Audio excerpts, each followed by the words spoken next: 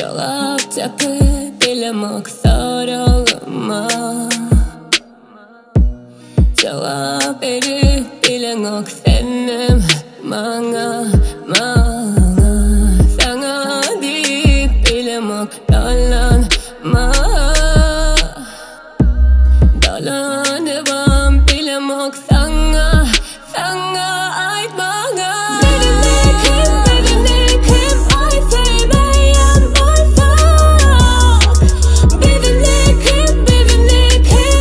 iza dolanmasa Birini kim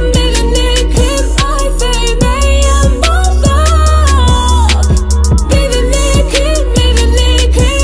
sevme olunmasa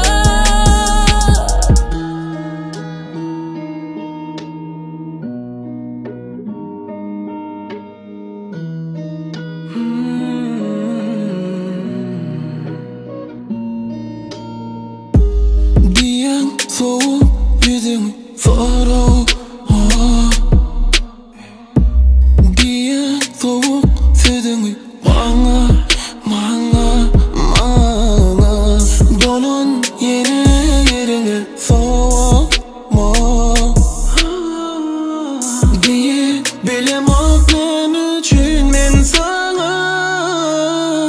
Birini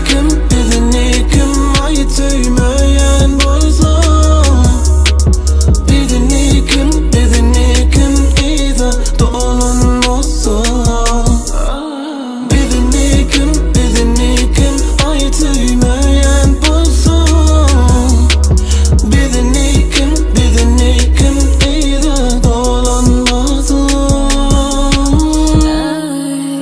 Unutmadım ne de seni Ay, duyduklarım demek beni Ay